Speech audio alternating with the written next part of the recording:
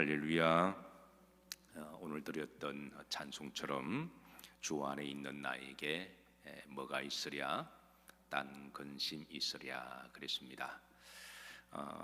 요즘 바이러스 때문에 여러 가지 염려와 근심이 많은 시대를 살아가고 있어요.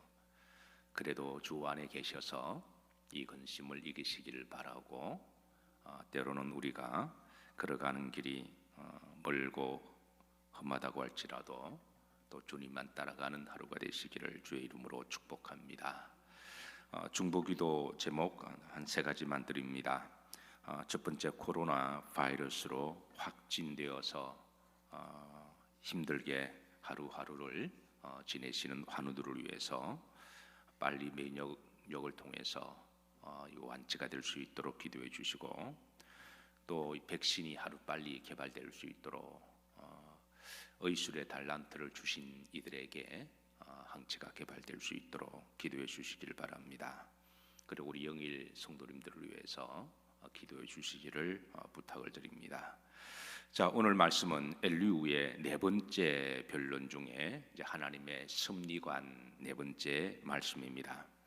자, 엘리후는 하나님이 지으신 창조 세계, 피조의 세계 중에 이제 이 폭풍우를 통하여 하나님이 어떻게 섭리하시고 통치하시는 부분에 대해서 이제 말씀을 해주고 있는데요. 자, 9절입니다. 폭풍우는 그 밀실에서 나오고 주인은 북풍을 타고 오느니라 그랬습니다. 이 폭풍우 대표적인 폭풍우는 우리가 태풍이라고 하는 폭풍우도 있고 또 허리케인이라고 하는 이 폭풍우도 있습니다. 주로 태평양 쪽에서 이 부는 이 강한 폭풍우를 우리가 태풍이라고 부르죠. 대서양에서 부는 강한 폭풍우를 허리케인이라고 그렇게 부르는데요. 아마 엘리후가 이 엄청난 폭풍우를 본 것 같아요. 이 엄청난 폭풍우를 보고 그 놀라운 현상과 그리고 이 폭풍우조차도 하나님이 통치하고 섭리하시는 자연의 위대함을 지금 드러내고 있는데요. 그 밀실에서 나오고라고 하는 것은 이제 빽빽한 구름 속에서 시커먼 구름들이 빽빽하게 있을 때 거기에서 이제 엄청난 에너지와 바람과 비를 동반한 천둥과 번개를 동반한 이제 이 웅장한 폭풍우를 지금 이제 드러내고 있습니다. 우리는 가끔 하늘이 시커멓게 비가 오는 그런 현상을 바라보죠. 그런데 우리가 만약에 폭풍의 눈 한가운데 있다면 그는 압도하는 듯한 엄청난 자연의 또 모습을 우리가 보게 될 겁니다. 자, 후렴들을 보시면 추위는 무엇을 타고 오느니라? 북풍을 타고 오느니라 라고 그럽니다. 이는 이제 북쪽 지역에서 내려오는 한랭 기운을 그렇게 말하고 있는데요. 특히 이스라엘 북쪽은 헐몬산이 있습니다. 이 헐몬산의 높이는 우리나라 이 백두산의 높이와 비슷하다 그렇게 보시면 되는데요. 한 2,800m 정도가 되는 이제 북쪽의 높은 곳에서 이제 그쪽에서 이건 항상 만년설이죠. 그쪽에서 이 찬바람이 쫙 내려오면 이제 소위 이제 겨울이 시작되는 것을 계절적으로 이제 알게 됩니다. 자, 1절입니다. 1절 합독합니다. 하나님의 입김이 얼음을 얼게 하고 물의 너비를 줄어들게 하느니라. 자, 북쪽에서 내려오는 찬 기운을 엘리후는 이제 하나님의 입김으로 그렇게 비유를 합니다. 마치 우리가 바람을 훅 불면 입에서 바람이 이렇게 싹 나가듯이 이 북풍에서 찬 냉기류 바람이 쫙 내려오는 이 대기 현상을 엘리후는 재미있게 하나님이 이렇게 훅 부시는 그런 이제 모습으로 비유를 하는데요. 이는 하나님이 자연적인 물리적인 운행하도록 하셨다? 섭리하시고 통치하시고 다스린다는 말씀을 하고 싶은 거예요. 지금 그런 내용을 지금 말씀하고 있습니다. 자, 후렴들을 보시면 물의 너비가 줄어들게 하신다고 하는 것은 헐몬산에서 내려오는 물의 양과 넓이를 말합니다.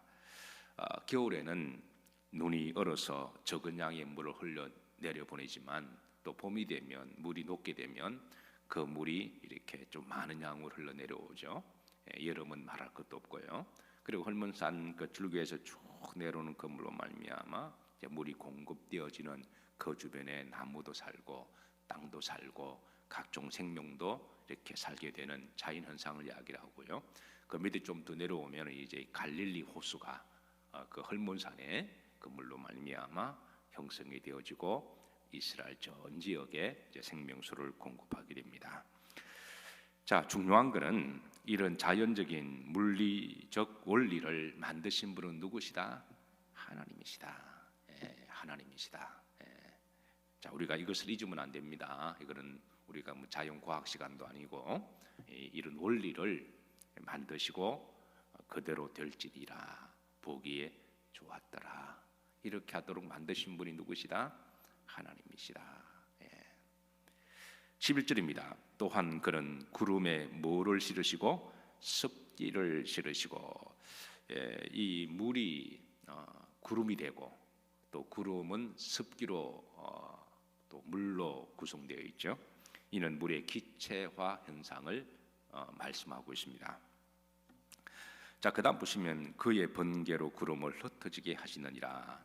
이제 구름이 모여서 빽빽하게 형성이 되면 이제 그 구름 속에서 플러스 극과 마이너스 극이 형성되어서 그게 또 자연적으로 만나서 천둥과 번개를 동반해서 폭우를 내리게 하고 그 물을 통해서 땅에게 물을 공급하고 또 물이 살도록 하고 또 이렇게 천둥과 번개, 폭우, 바람을 통해서 이 구름이 흩어져서 그리고 물이 필요한 곳에 적당한 곳에 가서 하나님이 타이밍에 맞추어서 적당하게 비를 내리는 것, 참 놀라운 하나님이 대기 순환을 그렇게 만드신 분이 누구시다? 하나님이시다. 그렇게 증거하고 있습니다. 사랑하는 성도 여러분, 가끔 하늘을 쳐다보실 때 하늘에 구름이 보이죠? 그래서 시적인 마음이 이렇게 유발이 되어서 어떤 사람은 시를 만들어내기도 하고 어떤 사람은 또 이렇게 노래를 부르기도 하고 어떤 사람은 그림을 그리기도 하고 그렇게 다양하게 그 모습에 대해서 반응을 하지만 저는 참 좋다고 생각해요. 저는 그림을 좀 잘 그린다면 그런 자연의 모습을 닮아서 이 화풍에 담으면 얼마나 좋을까 그렇게 하는데, 그런데 중요한 것은 뭐 시를 읊든 노래를 하든 그림을 그리든 우리 믿는 사람들 그것을 넘어서 하나님께 감사해야 됩니다. 저 구름 흘러가는 그곳마다 하나님이 이런 물리적 자연 현상을 만드시고 그리고 우리를 이렇게 축복하셨다. 오늘도 하늘을 좀 많이 쳐다보시고 그리고 하늘의 구름과 높은 창공을 바라보실 때마다 하나님 감사합니다. 그렇게 하시기를 소망합니다. 자, 12절입니다. 그는 감사고 마시며 도시며 그랬습니다. 그는 감사고 도시며 그들의 할 일을 많으니라 조종하시느니라. 12절에 보면 특별히 이제 두 가지 액션을 동반한 이 동사가 있는데요. 자, 감사고 도시며, 이거 이제 마치 하나님 피조물의 대표적으로 구름을 말씀할 수도 있죠. 이렇게 구름을 감사고 돌도록 대기 순환을 그렇게 하도록 마신다. 그들이 할 일을 만다 조종하신다. 그들의 할 일을 조종하신다. 하나님께서 모든 생명체마다 할 일을 조종하시고 그는 땅과 육지 표면에 있는 모든 누구들에게 자들에게, 이건 좀 더 구체적으로 말하면 모든 피조물들입니다. 모든 피조물을 의인화시켜서 모든 자들에게로 그렇게 비유를 하고 있는데요. 자, 또 다른 동사가 나옵니다. 뭐 하느니라 명령하신다는 거예요. 그러니까 조종하시고 명령하시고, 우리가 겉으로 볼 때는 꽃은 꽃이고 나무는 나무고 강은 강이고 물은 물이로다. 성철 스님이 한 유명한 말이죠. 산은 산이로다, 물은 물이로다. 아닙니다. 그 물을 조종하시는 분은 하나님이시고 산을 운행하시는 분은 하나님이십니다. 그래서 아무리 돌을 40년 동안 가부좌 들고 제가 그분을 무시하는 것은 아니지만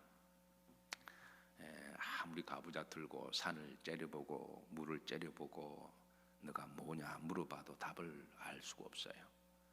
답은 하나님의 말씀 속에 있습니다. 물은 물 이상이고 산은 산 이상의 신비가 있습니다. 왜냐하면 그것들을 하나님이 만드셨고 그렇게 하나님이 조종하시고 여러분 모든 사람들마다 이제 로망이 있죠. 로망 중 하나가 드림하우스라고 하는.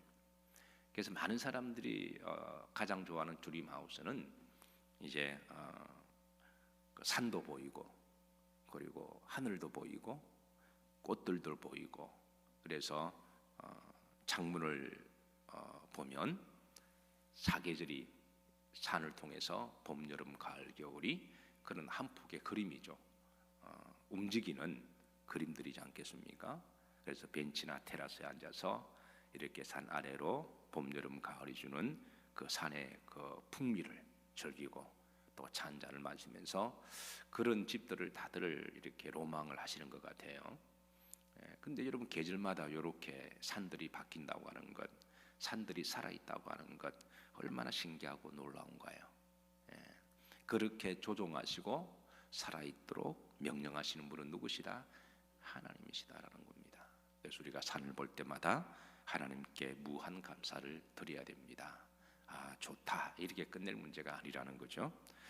자 13절 하나님이 여기에서 하나님의 섭리와 통치에 대한 두 가지 중요한 원리를 알려주시는데요.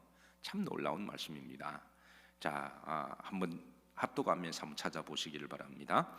혹은 징계를 위하여 혹은 땅을 위하여 혹은 긍휼을 위하여 그가 이런 일을 생기게 하시느니라. 이런 일을 뭐하게 하신다? 생기게. 이건 하나님의 통치 원리를 말씀하시고 있어요. 제가 이 말씀에 따라서 말씀이 계속 그렇게 반복하니까 목사도 반복할 수밖에 없잖아요. 그래서 하나님이 이 통치의 자연의 원리 그냥 저절로 되어지는 것은 아무것도 없습니다. 하나님이 뒤에서 그런 원리를 만들어 놓으셨다는 거죠. 그래서 우리 믿는 사람들이 모든 피조물 하나하나를 볼 때마다 그냥 자연으로 보는 게 아니라 이런 신앙의 기본이 있다면 이렇게 돌아가는 모습을 보고 하나님은 뭐 하신다? 살아계신다. 하나님은 역사하신다. 우리가 꼭 그냥 이렇게 죽었던 사람이 벌떡벌떡 일어나고 암덩어리가 없어지고 이런 것만 기적이 아니라는 거예요. 모든 것들이 다 하나님이 운행하시고 생기게 하시고 조종하시니까 그걸 하나하나 볼 때마다 그게 다 기적이지 뭡니까? 사람이 꽃을 만들어낼 수가 있나요? 죽은 꽃을 살릴 수가 있습니까? 그 하나님이 이거를 다 생기게 하느니라. 그러니까 우리가 신앙으로 보면 모든 것들이 다 기적이고 은혜고 감사하고 축복입니다. 우리 그리스도인들은 이 그런 부분까지 봐야 되는 거죠. 자 여기 보면 두 가지 하나님의 이 통치 섭리 원리가 있는데요. 첫 번째는 징계의 원리입니다. 초반절에 보시면 혹은이라는 말씀을 씁니다. 혹은 뭐를 위하여? 징계를 위하여. 이 혹은이라는 말은 하나님이 필요하시면 얼마든지 자연의 피조물을 통해서 하나님의 징계의 도구로 하나님의 심판의 도구로도 사용하실 수도 있으시다라는 말이에요. 가령 요나가 이제 배를 타고 니느웨로 갔습니까? 다시스로 갔나요? 다시스로 갔죠. 하나님이 니느웨로 가라 그랬는데 불순종하여 그리고 다시스로 갑니다. 그런데 가다가 뭘 만나나요? 지중해에서 큰 폭풍우를 만나죠. 그런데 하나님은 필요하시면 그 폭풍우를 징계의 도구로 심판의 도구로 사용하실 수 있으시다라는 거예요. 혹은 하나님이 필요하시면 그러니까 그 외에는 일상적으로 생기게 하시고 조종하게 하시고 순환에 따라 움직이게 하시지만 모든 것의 주인 되신 하나님이 뭐 필요하시면 태풍을 이용 못 하시겠습니까? 아니면 홍해 바다를 못 가르시겠습니까? 근데 그거는 하나님이 필요하시면 그렇게 사용하신다라는 원리를 지금 말씀하고 있습니다. 자, 그런데 또 다른 원리가 하나가 있습니다. 후렴들을 보시면 혹은 긍휼을 위하여 그가 이런 일을 뭐하게 한다? 생기게 하신다. 두 번째 자연의 원리 중에 긍휼의 원리가 있다고 하는 거예요. 자, 1988년에 옐로스톤 국립공원에 큰 대형 산불이 일어났습니다. 옐로스톤의 크기는 얼마만큼 크기냐? 우리나라 서울의 한 5배 정도만한 크기라고 보시면 됩니다. 아주 국립공원인데요. 그런데 이 불로 인해서 이 국립공원이 한 36%에서 40%가 완전히 전소가 된 거예요. 얼마 전에 작년만 하더라도 호주의 산불 때문에 우리 모두가 다 안타까움이 있잖아요. 그래서 그 국립공원이 한 40%가 불이 완전히 전소되는 바람에 새까맣게 타버렸습니다. 그래서 이 전문가들이, 환경학자들이 앞으로 이 옐로스톤이 복원되려면 최소한 200년 정도가 걸릴 거다. 그게 나무가 자라는 속도가 있고요. 이게 모든 자연 환경이 다시 이전처럼 돌아가려면 얼마 정도 걸린다고요? 한 200년 정도 걸릴 거라고 예측을 했는데요. 그런데 이 옐로스톤이 거의 복원된 게 20년 만에 거의 복원이 다 되었습니다. 이 학자들이 깜짝 놀랐던 거죠. 어떻게 이렇게 빨리 복원될 수가 있었는가? 한 200년 정도 걸릴 거라고 생각했는데, 그래서 내린 결론이 자연 속에는 우리 인간들이 알지 못하는 자연 스스로의 치유력이 있다, 치유력이 있다, 스스로 복원하고 스스로 치유하는 그런 능력이 있다고 하는 것을 그렇게 또 발견하게 되었는데요. 이는 하나님께서 자연 속에 긍휼의 원리를 두셨기 때문에 그렇습니다. 의외로 빨리 회복합니다. 왜냐하면 그 속에 어떤 원리가 있다? 긍휼의 원리가 있다라는 거예요. 그래서 사실 인간이 자연을 훼손하지만 않으면 지금 얼마나 무분별하게 남발하고 있나요? 저 아마존 지역에 나무를 자르고, 그리고 그 또 지역이 사막화되고, 어떤 경우는 물의 오염수를 그냥 공장 폐수를 갖다 버려서 강이 죽어버리고 벌거숭이 되고, 북한의 산들 보면 다 벌거숭이들이잖아요. 인간의 자연 생태계를 얼마나 많이 파괴합니까? 그런데 그것을 그냥 놔두면 정말 놀랍도록 빠른 속도로 그것이 복원되어지고 이렇게 치유가 되는 것을 우리가 가끔 묵도를 하잖아요. 왜냐하면 그 속에 하나님의 자연 속에 하나님이 어떤 원리를 두셨다? 긍휼의 원리를 두셨다고 하는 거예요. 이런 실로 놀라운 하나님의 은혜입니다. 이건 마찬가지로 이제 모든 피조물, 사람에게도 마찬가지죠. 하나님께서 우리를 통해서 통치하시고 섭리하실 때에 오늘 엘리우의 이 두 가지 원리, 첫 번째는 징계의 원리로 우리를 다스리기도 하시고, 혹은 긍휼의 원리로 다스리기도 하신다는 겁니다.